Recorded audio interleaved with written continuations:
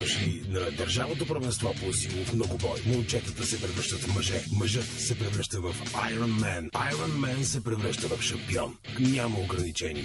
Ние сме най-завладяващата лига. 12 кръга, 12 града, 12 битки. Всичко това има цена. Болка, постоянство, дисциплина. За да станеш най-силният мъж, за да се докажеш пред себе си. Държавното първенство по силов многобой по БНТ HD.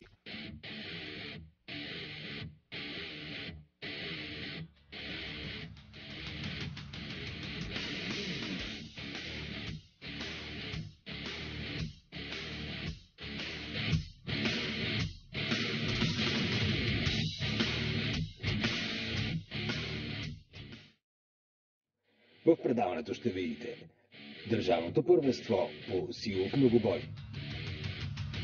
Историята на Iron Man, 40 години болка. Фитнесът, начин на живот. Представен от Iron Man и Body Constructor.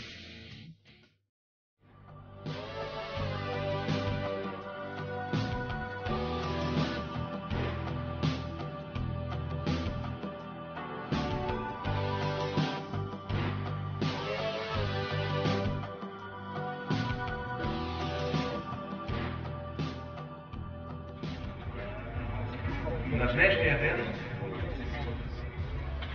преди 138 години, за днешната 1877 година, при доста по-сложна метеорологична обстановка, нашия град е освободен от турско робство. Така че днешния ден е празник за нашия град, ден на освобождението на Ловеч. Поради тази причина ние откриваме поредица от мероприятия, посветени на празника на града ни, с това уникално състезание, което мисля, че за трети път събираме вече го правим в нашия град. Идеята за организиране на тези състезания е точно силните срещу дрогата. Виждам много млади хора. Нека всички се присъединим към идеята на силовите атлети да се борим срещу дрогата, защото тя е един от ключовите на днешното общество, не само в България, но в целия свят.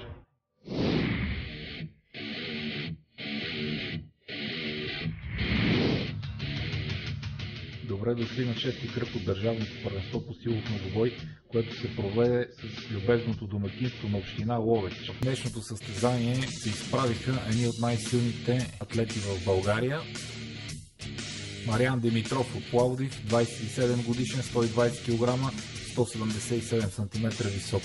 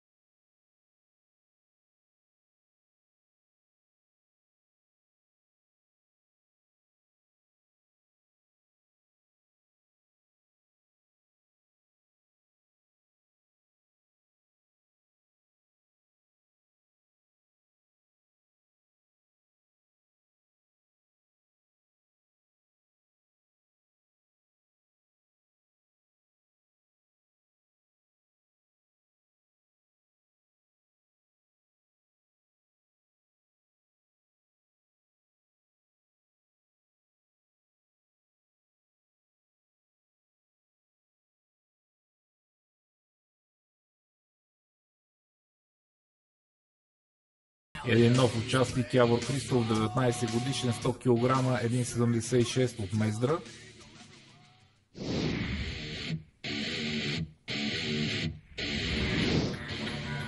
Първата дисциплина в днешното състезание е фермерска разходка щафета. Състезателят трябва да измине 20 метра, носейки 2 по 110 кг. Пръв на старта Мариан Димитров, както го виждате, той направо тича с тези 2 по 110 кг. Няма усещам, много добра линейна скорост, много добра техника, както казах, направо не усеща тежестта. Сега трябва да се върне с 2 по 130 кг отново за 20 метра. Много е бърз, отработено движение, все пак е участвал на Шампионска лига. 28 секунди, 78 стотни, много добро постижение, много дигна летвата Мариан Димитров. Да видим дали някой ще успее да подобри това постижение. Следващия на старта Иван Мрянков. Както знаете, в първата дисциплина състезателите стартират след изтегляния жребий. Както виждате, първият така е най-ощетен. Много бърз Иван Мрянков, с 2 по 110 направо и той отново тича. Много е силен на фермерските разходки. Предходният кръг успя да отхвърне за малко от лидера фермерската разходка като упражнение. Сега 2 по 130. 23.94, невероятно постижение. Първо време за момента за Иван Мрянков. Следващия състезател Явор Благоев. Явор Благоев сравнително скоро се включи в редиците на силовите атлети, но набира сериозна скорост. Много упорито момчето. Добре отработи техниката си, бързи ситни крачки, равномерни, не залюляват тежестите, което определено би го забавило. Сега да видим с 2 по 130 как ще се справи. 2 по 110 определено не са проблем за силовите атлети. Залюля се, избърза, прибързва Явор, а и терена е малко плъзгав, което е опасно за състезателите. 26 секунди, 50 стотни. Второ време до момента, да видим дали някой ще даде по-добро време от това на Иван Мрянков. Трябва техника. Сега на старт Детелин Йончев. Детелин Йончев е най-лекият участник в днешното състезание, само 85 кг, но изключително силен. Той е състезател и освен че е състезател, световен шампион по канадска борба, но се изявява и в силовите спортове. Раздоля тежестта, което определено ще го забави.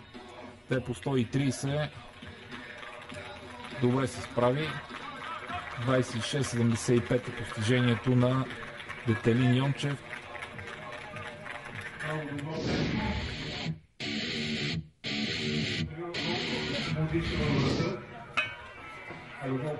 И сега на старта водача във временното класиране Петю Христов. Да видим какво ще покаже водача във временното класиране. Той затова е с жълта фанелка. Най-много точки има от проведените до сега. 5 кръга преди този. Това е 6-тия кръг. Много добра техника, много стабилен е Петю. Много бързо се справи до момента. Да видим с тези 2 по 130. Определено не ги усеща. Стабилен е, както виждате, ситни, бързи крачки. Не позволява на тежестта да го повлече в някои от страните. 23 секунди, 81 стотни. Първо време до момента за Петю Христов. Невероятна превара. Забелязваме и конкуренция в първото упражнение фермерска разходка. Както виждате, много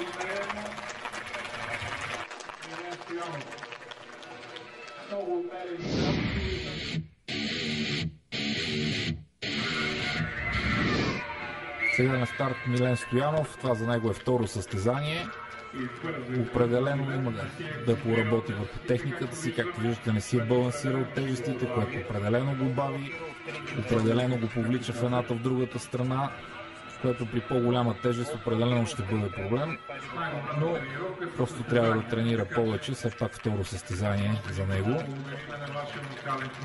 С 2 по 130 се справя по-добре, колкото по-леката с 2 по 110.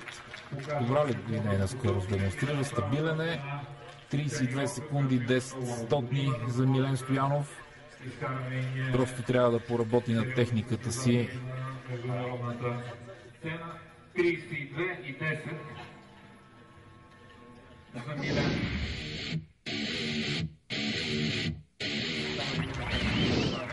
И сега последният участник в днешното състезание, който е и дебютант. Първо състезание за него, Явор Христов.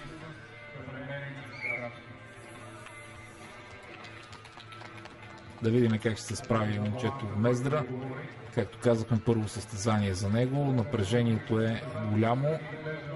Той доскоро се възстановяваше от травма в кръста. Определено трябва да поработи върху техниката си. Виждате как тежестите го повлизат в едната, в другата страна, поради това, че не контролира ходенето.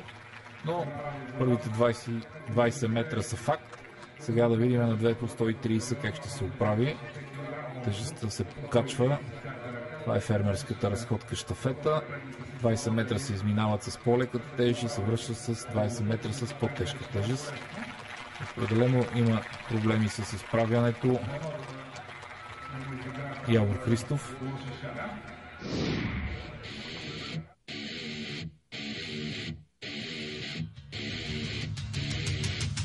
Правилното класиране. Първи Петю Христов. Втори Иван Мрянков. Трети Явор Благоев. Явор е много добро представяне на фермерската разходка. За малко Петю ти открадна първото място. Ами, като за моя дебют още така го смятам, тъй като това би е едва трето състезание до момента. Мисля, че се представих горе-долу на ниво и смятам, че Петю няма да е пречка, ако продължавам да състезавам в този спорт. Надяваме се, пожелаваме ти успех. Петю. Следващата дисциплина локлифт или дигането на дънер, което е стилизирано в днешно време с тръба. Първи на старт Явор Христов, като знаете, който се класира последен в предходното си упражнение, стартира първи на следващото. Затова Явор Христов е пръв. Има затруднение Явор Христов с 100 кг локлифт, успя да обърне тръбата. Много лесно ги изстреля, просто силата му отиде в липсата на техника да обърне тръбата. Просто състезателят трябва да я постави на коленете си, оттам да я обърне по гърдите и корема и след това да я изстреля. Милен Стоянов е силен на това упражнение. Трябва да поработи и той по техниката си. Както виждате, ето той по-правилно се опитва да ги вдигне. Успешен опит и за него, но не беше много стабилен в заключването на тежестта. Много се увлече, искаше втори път да дига. В това състезание локлифта ще е за максимум, т.е. с тежестта ще се покачва през 10 кг. Сега са на 100 кг. Мариан Димитров е следващия състезател. Той е много силен на това упражнение. Перфектна техника, както виждате. Сложи ги на колената, обърна ги по корема, без да натоварва ръцете и ги изстреля. Направо не ги усети Мариан Димитров тези 100 кг. Следващия Детелин Йончев. Храбро се сражава това момче с доста по-тежките от него атлети. Само 85 кг, но невероятно силен.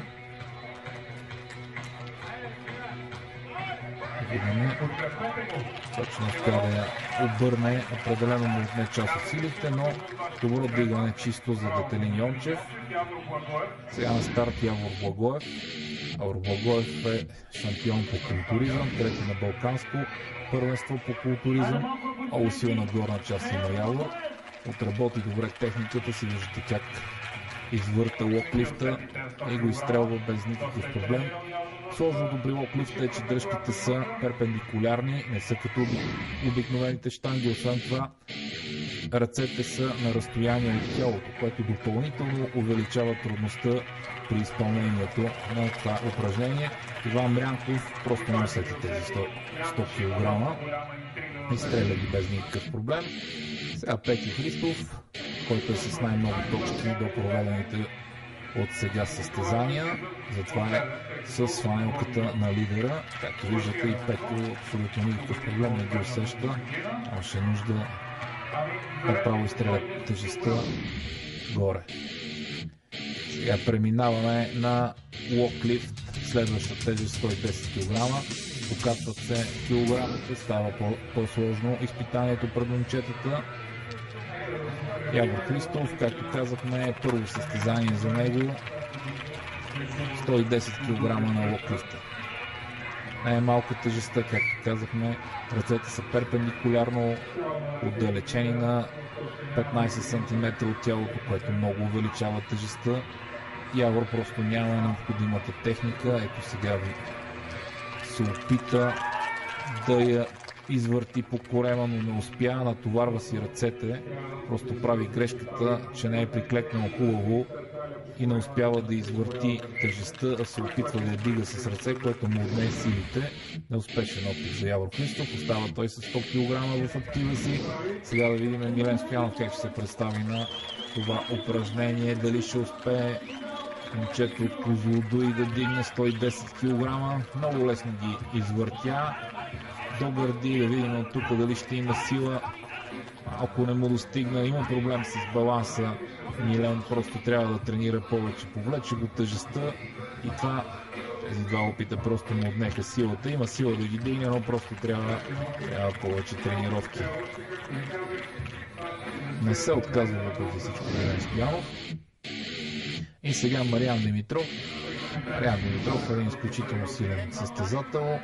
Както казахме, наскоро участва и на Шампионската лига, която се проведе в България. 110 кг не е тежест, която ще го затрудни.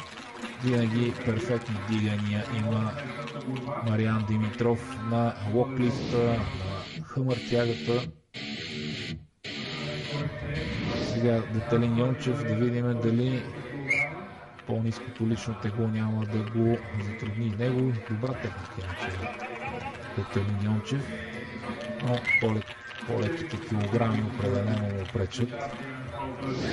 Сега на старт Явор Благоев.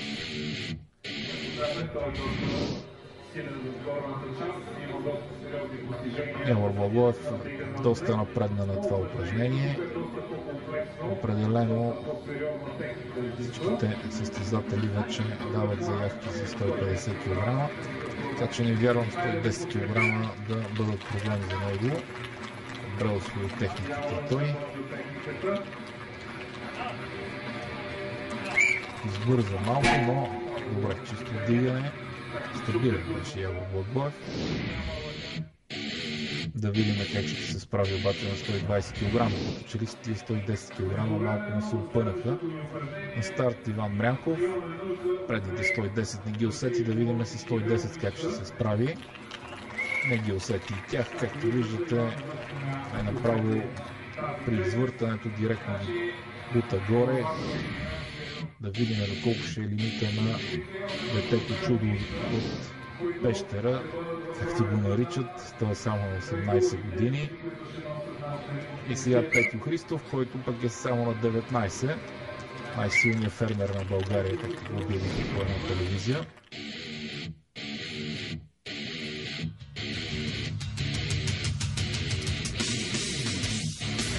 Следващата тежест 130 кг локлифт, доста сериозна тежест.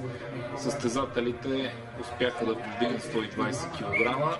Сега борбата вече става решителна на 130 кг. Пръв е отново Мариан Димитров. Добра техника демонстрира. Добре ги обърна. Добро изхвърляне, не задържа достатъчно много, но съдиите признаха опита му. Доволен от себе си Мариан Димитров, има защо. 130 кг локлифт са вече факт. Следващия Явор Благоев. Добре се представи на 120 кг, сега на 130. Да видим как ще се представи. Последни на път си от съдията Мартин Иванов. Атрактивен състезател е Явор Благоев. Доста напред на последните състезания. Добра техника. Виждате как го качи на коленете си. Извъртя го по тялото без да изморява ръцете. И сега да видим. Добре, чисто вдиг. Добре фиксира лактите и коленете Явор Благоев. Чисто вдигане. 130 кг са факти за Явор Благоев. Сега на старт Иван Мрянков. Сериозно предизвикателство. Предните килограми не ги усети, но да видим сега 130 кг. Добра техника разполага Иван Мрянков по принцип. Да видим сега, лесно ги качи на коленете, да видим как ще направи обръщането. Много е техничен, перфектно обръщане. И сега да видим дали ще успее. Повлече го тежестта, повлече го, нещо не успя да балансира, изглежда. Дали ще има сили за още едно обръщане и повдигане. Ще трябва да мобилизира всичките си сили Иван Мрянков. Лесно ги обърна. Сега да видим дали ще останаха сили за изтласкване. Доста здрава глава изглежда Иван Дрянков. Успя да ги изпъне и да заключи лаптите. Съдията признае опита, въпреки че на международно състезание това нямаше да бъде признато. С доста здрава глава има Иван Дрянков. И сега лидера в днешното състезание и във временното класиране Петю Христов, 120 кг, не ги усети. Сега да видим как ще стоят нещата на 130.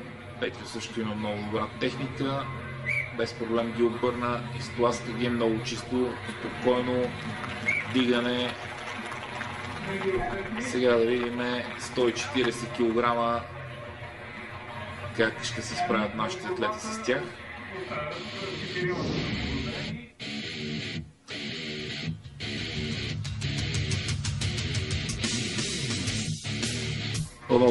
Отново първия старт Мариан Димитров, 140 кг на локлифта.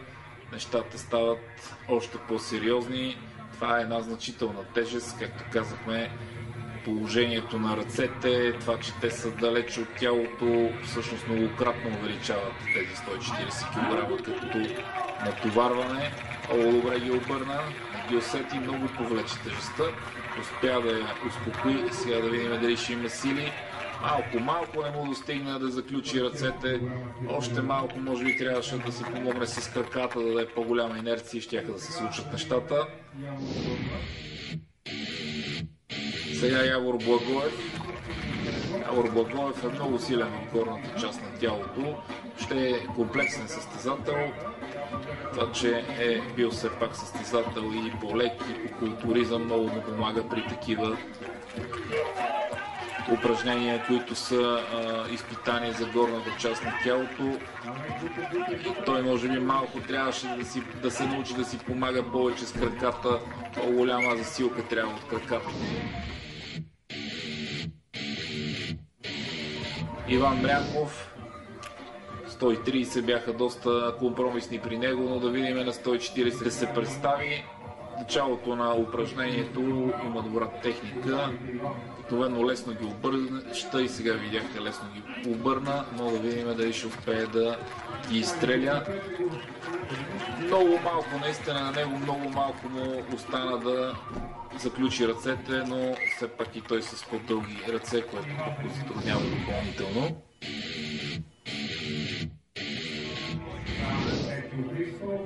Петю Христов не усети 130 кг.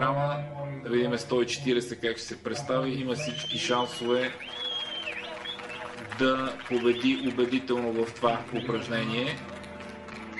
Добре стартира, обърна ги без никакъв проблем. Много леко, чисто вдигане. Според мен ще има сили и за 150 кг. По принцип тактически е безмислено, но той решава да зарадва публиката с опит на 150 кг.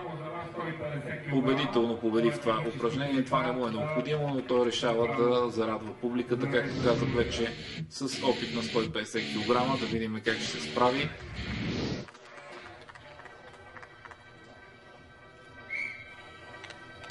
Да видим как ще ги обърне.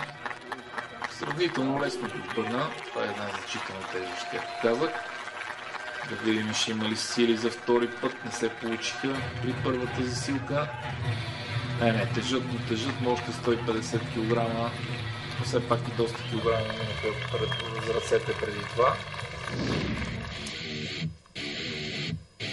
В класирането на локлифт първи убедително Петю Христов. Второто място разделят Мариан Димитров, Явор Благоев и Иван Дрянков, които останаха с 130 кг. Във временното класиране до момента води Петю Христов с 14 точки, следвано от Иван Дрянков с 11 точки и Явор Благоев с 10 точки.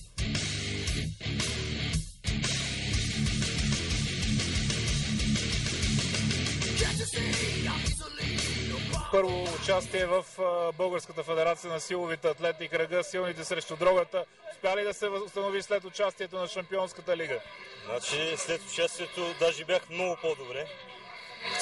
Физически бях в много добра форма. Ма за съжаление се разболях, бях малко в болница. Сега това е първото след болницата, ама виждам, Добре се справят. Аз мисля, че ще станат нещата. Пожелавам ти успех. Мерси. Много добра техника на... Надявам се, пожелавам ти го. Спешно представяне. Състезание кобилица щафета. Състезателите трябва да изминат 20 метра с 280 кг в едната посока и да се върнат с 360 кг в другата посока. Първата кобилица е 280 кг, като както виждате, тя е доста атрактивна. Имаме много симпатични асистенти в днешното състезание, които ще бъдат в ролята на тежести. Пръв на старт Явор Христов, който е завършил последен в предното изпитание. И сега да видим как ще се справи Явор Христов. Първо състезание за него.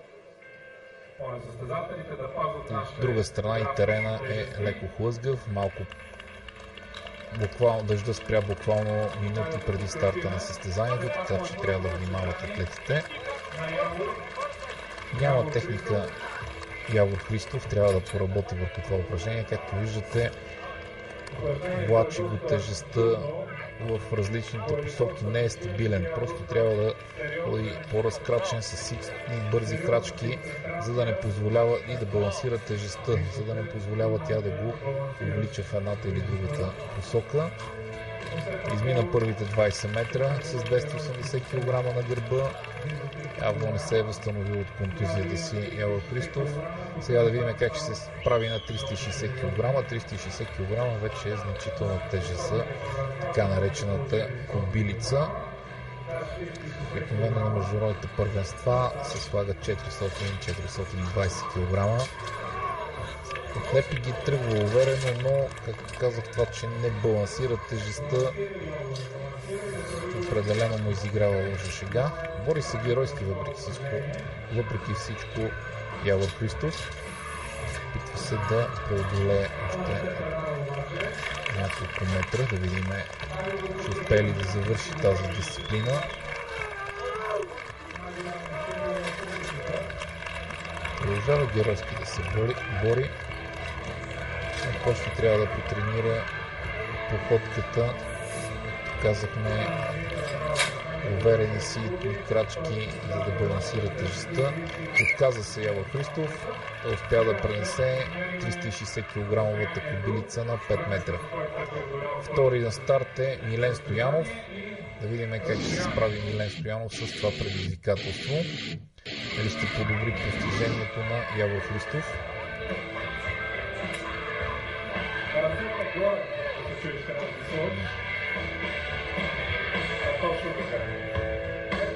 Търси удобна позиция, за да хване ръцете, да балансира тежестта Милен Стоянов. Ръцете трябва да са до главата му. Така определено няма да се получат нещата, особено на по-голямата тежест. Трябва да отработи техниката си и той не е стабилен в походката. Просто тежестта не го затруднява. Сега да видим на по-голямата тежест липсата на баланс, дали няма да му изиграе лоша шега, да компенсира с по-високо лично тегло и с сила липсата на техника. Да видим на второто упражнение как ще се справи. Трябва да потренира повече това упражнение Милен Стоянов. Сега с големи крачки, което определено му изиграва лоша шега. Показахме, крачките трябва да са ситни, бързи. Сети се той, но въпреки всичко повлича до тежестта. Просто загубата на баланс определено много му пречи и го бави в това упражнение. Но Милен продължава геройски да се бори. Да видим дали ще успее да премине 20 метра или ще финишира преди финалната линия. Не се отказва, но тежестта го повлича, както виждате, в едната и в другата посока. Това е трудността при кобилицата, както и при фермерските разходки, просто трябва да се намери баланса на тежестта. Успя да финишира Милен Стоянов за 1 минута 22 секунди 54 стотни. И сега на старт Детелин Йончев, който, както казахме, с най-ниското лично тегло, но пък много хъс за състезание има в това момче. Добре тръгва, много е бърз и стабилен, въпреки по-ниското си лично тегло. Бързо измина първата дистанция Детелин Йончев. Сега да видим обаче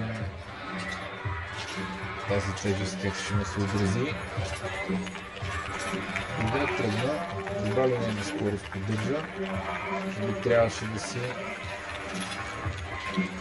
коригира височината на кобилицата, която определено го затруднява. Дали ще успее да финишира, някакви сантиметри го делят от финалната линия. Не се отказва и той. Сериозен боец е Детелин Йончев. Само сантиметри от финалната линия. Съдиите не приеха това избутване. 19 метра, 90 сантиметра завърши последната тежест от изпитанието Детелин Йончев. Сега на старт на Мариан Димитров. Мариан Димитров е доста силен на това упражнение. Блъскал се с доста по-големи тежести. Стабилен е, но бавно ходи. Определено биндовете явно го бавят в случая. Но, както казахме, той се възстановява от контузия и определено не иска да рискува, защото днешното състезание го приема като една сериозна тренировка към завръщането в силовия многобой. Определено с по-голямата тежест се справя по-добре. Добра линейна скорост, стабилен е, както се казва думата. Вече го обаче него тежестта, което ще му струва ценни секунди. Видим как ще финишира Мариан Димитров. 59 секунди, 16 стотни. Добро постижение. Първото време до момента, първият състезател, който успя да измине цялата дисциплина за това време. И сега Явор Благоев. Все по-интересна става тази дисциплина, става по-голяма на конкуренцията. Явор Благоев е много силен на всичките динамични упражнения, като фермерска разход, като кобилица. В същото време комплексен състезател, силен и в горната част на дигането на дъмпели, на локлифт. Бърз линейна, добра линейна скорост демонстрира Явор Благоев. Сега да видим как ще се представи и на по-сериозната като тежест кобилица. Малко залитна повлече го тежестта, прибързва той, но се успя да се стабилизира, да компенсира нестабилността си и 32 секунди 600 за Явор Благоев. Определено доста дигна летвата, много добро постижение. Определено това ще затрудни доста Иван Мрянков и Петю Христов, които ще стартират след него. Ожесточено за да става състезанието. И сега Иван Мрянков, който също е много силен на това движение. Като виждате, отмерени ситни крачки, никаква стъпка в страни, много концентриран. Ето това е правилната техника, много добре технически седи Иван Мрянков. Много бърз беше на първата дистанция и сега демонстрира изключителна стабилност и много добра линейна скорост. Да видим дали ще подобри времето обаче на Явор Благоев. 35 секунди 13 стотни не успя с 3 секунди да подобри времето на Явор Благоев. Но доста е дигнал летвата Явор. И сега да видим Петю Христов. Много добра линейна скорост, много е стабилен. Да видим дали ще отговори на предизвикателството на Явор Благоев. Има те вече някаква закачка. Много бърз, много добра линейна скорост на по-тежката кобилица. Да видим как ще финишира. Невероятно постижение. 26 секунди за кова хронометъра Петю Христов и първо време до момента за него. Не само водач във временното класиране, но повежда убедително и в днешното състезание. И на кобилицата щафета отново пръв Петю Христов, следван от Явор Благоев и трети Иван Мрянков.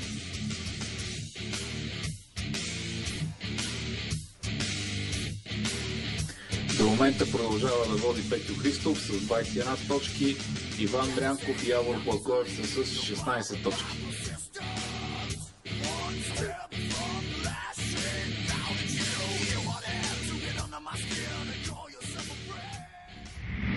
Историята на Iron Man. 40 години болка.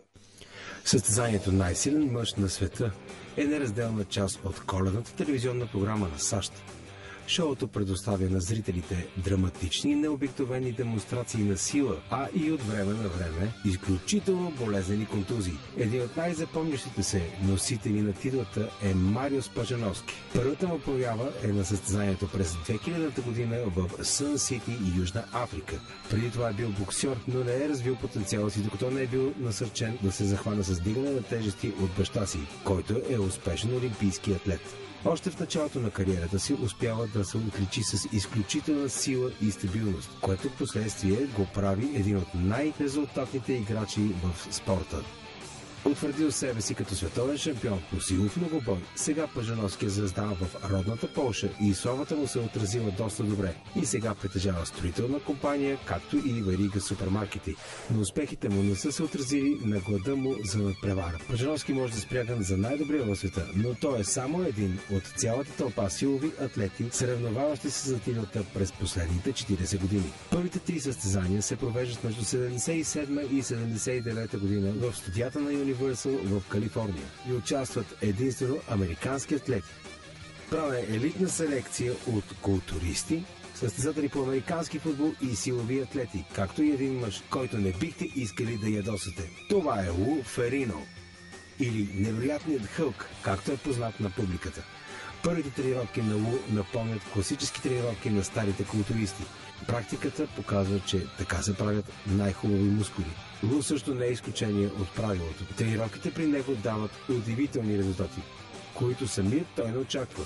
Освен успешната кариера като културист и силов атлет, той се снима и във филми, печели и редица престижни конкурси. Ферино е легенда за спорта и пример за подражание на много други големи спортисти. В началото състезанията по силов многобой са били изцяло американски. Първите двама носители на титлата са олимпиецът Брус Вилхен през 77 и 78 и Дон Рейънд през 79 година. Тъй като в състезанието до тогава не е имало чуждестранно участие, шампионите не могли все още да се нарекат най-силният мъж на планетата. По това време се появява човек, който заявява сериозни претенции за титлата. Това е Бил Казмайер. Казмайер, или Каз, както го знаем, прави своя дебют през 79 година. По това време Бил е на 26 години и е световен шампион по вдигане на тежести. През 70-те и 80-те години той поставя многобройни световни рекорди в силовия многобой и трибой. Казмайер се състезава също така и като професионален борец. През 80-та година той печели първата своя титла най-силният мъж на планетата и подобрява световният рекорд по вдигане на щанги от лежанка, който до тогава е бил държан от Ларс Хедланд. Бил успява да дигне 300 кг. Постижение, с което човек до тогава не е успявал да се справи. Каз продължава да е част от Световната федерация по силов многобой. 20 години след последната си поява като състезател, той е водещ на американския формат на Strongman. Той работи с легендарният спортен журналист Тод Харис. Всичко това е достатъчно. Името на Бил Казмайер да остане в историята на силовите спортове. Фитнесът. Начин на живот. Представен от Iron Man и Body Constructor.